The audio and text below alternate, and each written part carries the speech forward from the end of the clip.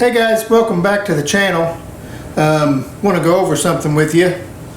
The friends from TocoPower sent this out to me. It is a 100 amp hour, 1280 watt hour lithium iron phosphate battery, and we're going to put it through some tests and check it out and see how good it is. As you know, when you're dealing with solar, one of the big things that you need is a way to store energy. You need to be able to produce it with solar panels, and you need to be able to store it with batteries. So I've got a lot of power stations, but I've been looking at ways to increase my storage capacity, maybe extend capacity of some of your power stations and things like that. And these batteries kind of fit that bill. I've been adding some to my system. I've added 300 amp hours of Dr. Prepare batteries to my battery bank in there, and I've got another battery that I use as a little portable power station. And the guys at TocoPower sent this out to me and wanted to see if I could test it, put it through the ringers, and this is a pretty interesting battery. So what I'm going to do is I got the user's manual here, and we're going to go over some of the specifications. But one of the biggest things about this battery is that it is 6,000 cycles to 70%. That's amazing. And the other thing that they claim on their website is that these are grade A prismatic cells, and we're going to put that to the test because we're going to do a complete discharge of this battery and see if it can maintain what it says it has, which is 100 amp hours at 1280 watt hours. Grade A cells actually shouldn't have any problem meeting that. So we're going to go over that too. So let's take a look at the user's manual here and just kind of go over some of the specifications. It does have an operational voltage of 12.8 to 13.2, and the big thing here is it's a maximum continuous charge current is 50 amps. So you can charge this at 50 amps. You can discharge it at 100. So you can go, basically, if you take 100 amp hours, it will last 1 hour, but you can discharge it at 100 amps. It does have a BMS in it. The discharge cutoff voltage is 10 volts. So if you run down to there, you'll see that it will discharge. Now, one thing this one does not have is it does not have low voltage protection, so you don't want to charge this one under 32 degrees Fahrenheit, because the charge temperature is 32 to 113 Fahrenheit, 0 to 45 Celsius. Discharge temperature is -4 to 140 Fahrenheit, -20 to 60 Celsius. So if there's a knock on it, it doesn't have low temperature disconnect, so you would have to keep an eye on that. There's other ways to cut your charge off, but we won't get into all that. But other than that, it has all the other, it has cell overcharge protection, cell over discharge, over current, short circuit, and it does have high temperature protection. So it basically has everything that you need except for that low temperature cutoff. So what we're going to do is we're going to put this battery through the paces. We're going to do a complete capacity test on it and see if these are grade A cells. And what I mean by that is usually if they are, you're going to be able to get full capacity, maybe even a little bit more. So we're going to put it through those paces. We're going to hook it up to an inverter. We're going to charge it. We're going to go through everything just to see if this battery is any good. So stay tuned. Okay, I'm going to show you one of the ways you can charge this. We are completely dead, showing 12.1 volts. And this is just a little 12 volt 10 amp charger. It does multiple types of batteries. You can pick these up on Amazon. And it's not going to charge it at a really fast rate because we're looking at 10 amps max, but it'll slow charge it. We'll get it charged back up. And we're at 12.1. putting in about 4.4 amps right now, and as this charger adjusts, it'll get up to 10 amps once it sees what it's charging, and it'll slowly climb up. So we'll put this on the charger and get it charged back to 100%. Okay guys, I'm going to show you how you can charge this way with charge this battery with solar very easily. And what I did is I basically just have a hot wire hooked up to the red, ground wire hooked up to the black post. I did an Anderson connector, and I just have some a charge controller here, and I have an Anderson hooked to it. So I can literally just plug that in, and you can see now it's reading 13.4 volts. That's the battery. And then if I want to hook the solar panels up, I just plug this in, red to red, black to black. I've got MC4s on it, and this right here is my 300 watts, or excuse me, 400 watts of solar that I have up on the roof. So I just plug that in, have a disconnect with the fuse, or your breaker basically. We turn that on, and we should start seeing, there we go, the green PV light came on and we are charging. Okay, I wanted to show you the app on this so we know what's going into the battery. So we got 43.6 volts. I dipped down to a little bit, but there we got 158 watts going in, and we're getting a current of 15 amps. So easy way to charge this. Again, just to show you again, just have it hooked up to positive negative going into the charge controller, and I have this going to the panels that I have on the roof. So we're getting about it's going to fluctuate obviously with the sun, but there you have it. We can charge this thing very easily with solar. Okay, here's another way you can charge it.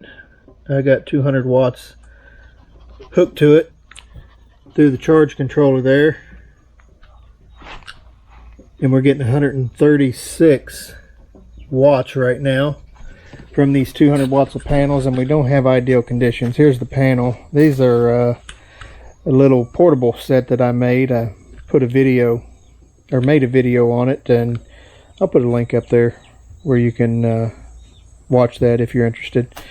But that's 200 watts hooked in parallel, and we're getting 144 watts into the TocoPower, 10 amps, charging at 13.7, and you can see the voltage coming in is at 17.6 because we do have them in parallel. Our amps are doubled, which these are 5+ amp panels, so we're getting about 10 amps. And 148 watts on 200 watts of solar, and these isn't the greatest day. It was overcast. Clouds are moving in and out, but when the sun is out, it's getting decent power. So there's a way you can charge the TocoPower if you have portable panels, and you still need to run it through a charge controller. But there you have it. Alright guys, we are going to do a DC capacity test and see how many watt hours we can get out of this 1280 watt hour TocoPower battery. We're just going to use this. We're going to test it at about 150 watts. Get it turned up here. You saw the battery's at 13.9. It's dropping down now with the load on it. We're at about 148, 47.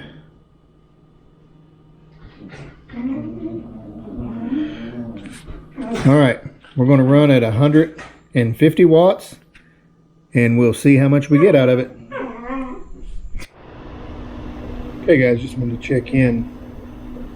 We have reached over the halfway point, 58.43 amp hours, 747 watt hours, and we've been going for over 5 hours, and our voltage is holding at 12.7. So we will check back in when it ends.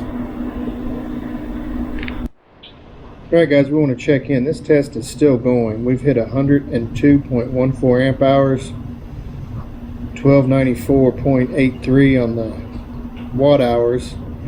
Voltage has dipped to 11.9, but we have definitely went over the capacity of this battery. So it is definitely probably grade A cells like it claims on their website. Alright guys, we are going to call this test. This thing, as you can see, is still going. We're at 11.5 volts. We're pulling 11.7 amps, 135 watts. We reached 104 amp hours. The test has been running for over 9 hours, and we're at 1,317 plus watt hours. So I'm going to stop it here, knowing that we've reached full capacity and beyond. So I'm going to take their word that these are grade A prismatic cells. I'm turning the amperage down.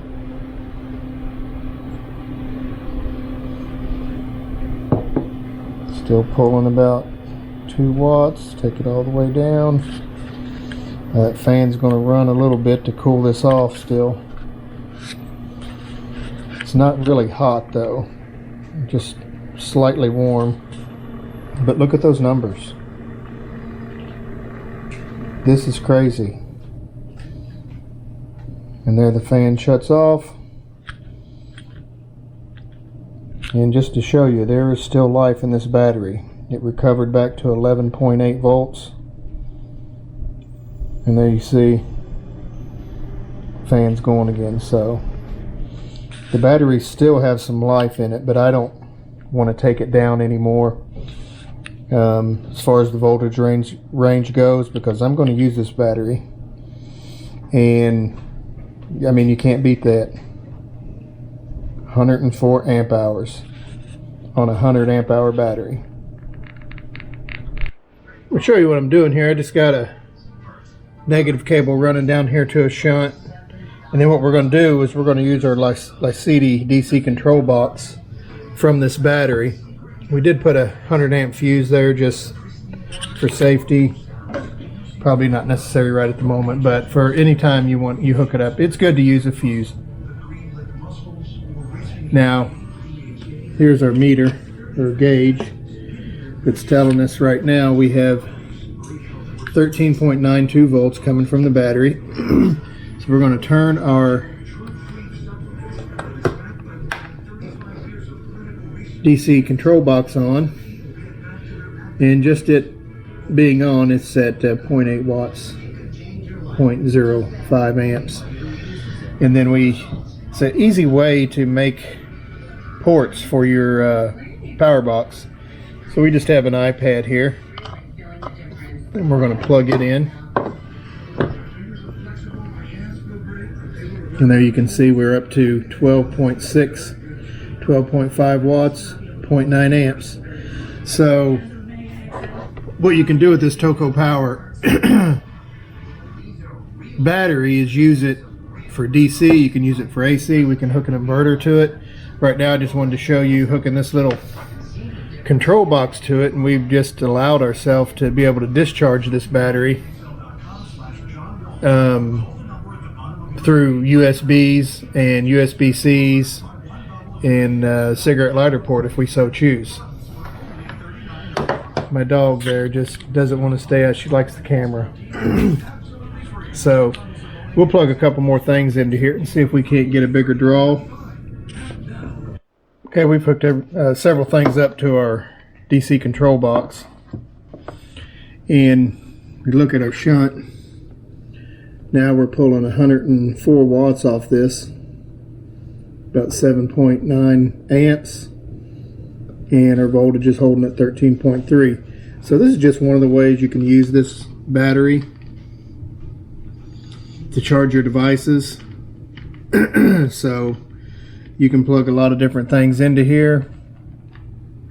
You can wire a fuse box, a DC fuse box, to the TocoPower 100 amp battery. You can make a standalone little solar system with it, but just wanted to show you one of the ways that you can use this as a portable option. Literally going camping or whatever, you can take this battery with some type of DC control box. I like this little LCD box that was sent to me. But the TocoPower has no trouble, you know, handling that. This is a very small load on it. You can see it's already dropped down. One of the things I'm charging is a power station. So, oh, there it's coming back up. So we're pulling, like I say, over 100 watts just off this little control box.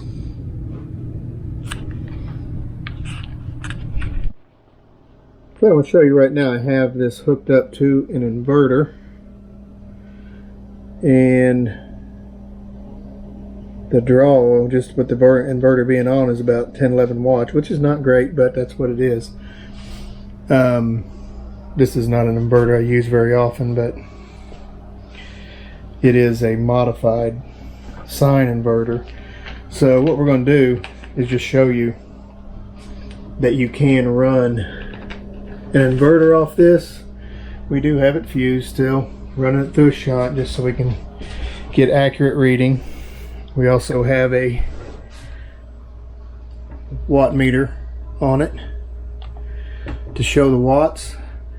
Now I'm expecting us to get briefly over 100 amps, which this should be able to handle just for the surge, but then this will probably settle into about somewhere around between 75 and 85 amps draw from this vacuum. So we're going to turn it on. It's going to be a little loud, so I might not do any talking until we turn it off, or I'll have to talk really loud. Here we go. There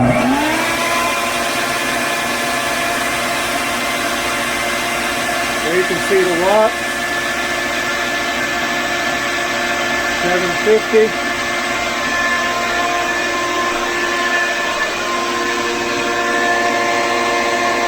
And I'm a little bit shy. We're pulling about 65 amps.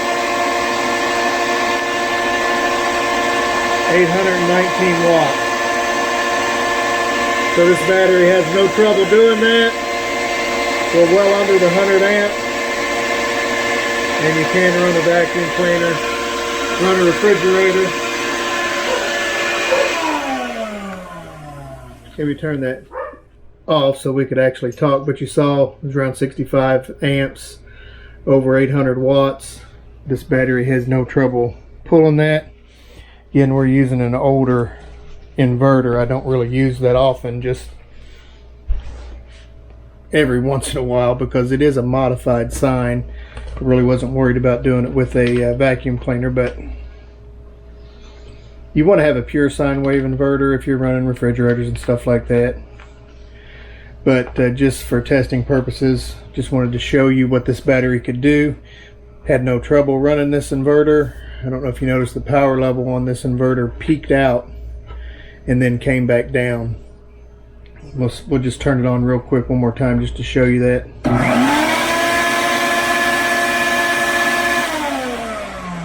And that's the surge that you saw. So it went up above the power level and came immediately back down. So these batteries, these inverters are made to withstand those types of surge currents. So there you have it. That's just an inverter. Like I say, we did have it fused right here, and you know, going through our shunt, we could show you exactly what we were pulling. So yeah, this battery can do it all, and we'll show you one of the other things that I want to use this thing for. Okay guys, I want to show you one of the main ways I'll be using the TocoPower 100 amp hour battery. We have 1,280 watt hours in this TocoPower. I have a Pecron E600 LFP that has a 614 watt hour lithium iron phosphate battery in it. So what I'm doing is I hooked it up through the charging port, have a boost converter, so I'm taking the 12.8 and bumping it up to 24, and I'm putting 159 watts into the Pecron. So what I've essentially done is tripled the battery capacity. So I went from 614 to around 1900 watt hours by adding the TocoPower 100 amp hour battery to this. You can see I'm pulling a small load of 41 watts, but I'm getting 162 in. So this will run this load for a long time. Even the time remaining on the Pecron says 999 hours, because I'm getting way more in than I'm using. So that's one of the main ways that I'm going to be using this battery. You guys tell me what you think about that down in the comments below. Well folks, there you have it. That is the TocoPower 100 amp hour LifePo4 battery, and overall very nice. Saw in the capacity test that it did 104 amp hours over 1300 watt hours. TocoPower says on their website that they are grade A prismatic cells, and I didn't break this open. Not going to, because I plan on using this battery, so I don't question that they're at grade A cells, because it did very well on the capacity test. Showed you ways you could charge it. You could hook an inverter to it. We hooked the DC control box to it, so you can run your devices off of it. Overall, great battery. Negatives, the only negative I would see would be the low temperature disconnect. It does not have that. Now for me personally, that's not a concern, because when I'm using solar, I'm always around, I'm monitoring, keeping an eye. Now there is ways that you can set up a low temperature disconnect for a battery that doesn't have it, with relays and a thermostat, and so that can be done if that's something that you're concerned about. This on their website right now is $299. Comes out to about 23 cents per watt hour. I'll put a link to their website down below, and as of now they've not given me any discount codes, but if they do, they'll be down there too, so just be on the lookout for that. But yeah, I would use it. I would buy it. If you're, like I say, have a concern with low temperature disconnect when charging, then maybe it's not for you, but most of the time that's not a concern. It can be a little bit overblown, and there are ways that you can, again, make it so it doesn't charge when it's below 32 degrees. So that's up to you. That's the only real negative I can see about it, because it's done everything that I've tried to do with it, and it works really well. So I don't have a problem with it. I would recommend it, especially for $299. Now I have seen it for as low as $269, and that's about 21 cents a watt hour. So be on the lookout, because they do put it on sale quite often, and you could get about $30 off of it. And again, if they have a discount code, they haven't given me one yet, but if they do, I'll ask and we'll put it down below. But tell me what you guys think about it. I want to thank you for all the viewership that you give me. Our channel is slowly growing, and it's all because of you guys. So if you can, like and subscribe to the video, share it, leave comments, because that all helps the channel get, or these videos get out there to more people, and we greatly appreciate it. So I just want to thank you again for all of you tuning in and watching. I know I'm not the most exciting person, but hey, I just show you what I know. I'm learning as I go, and thank you again. We'll see you in the next video.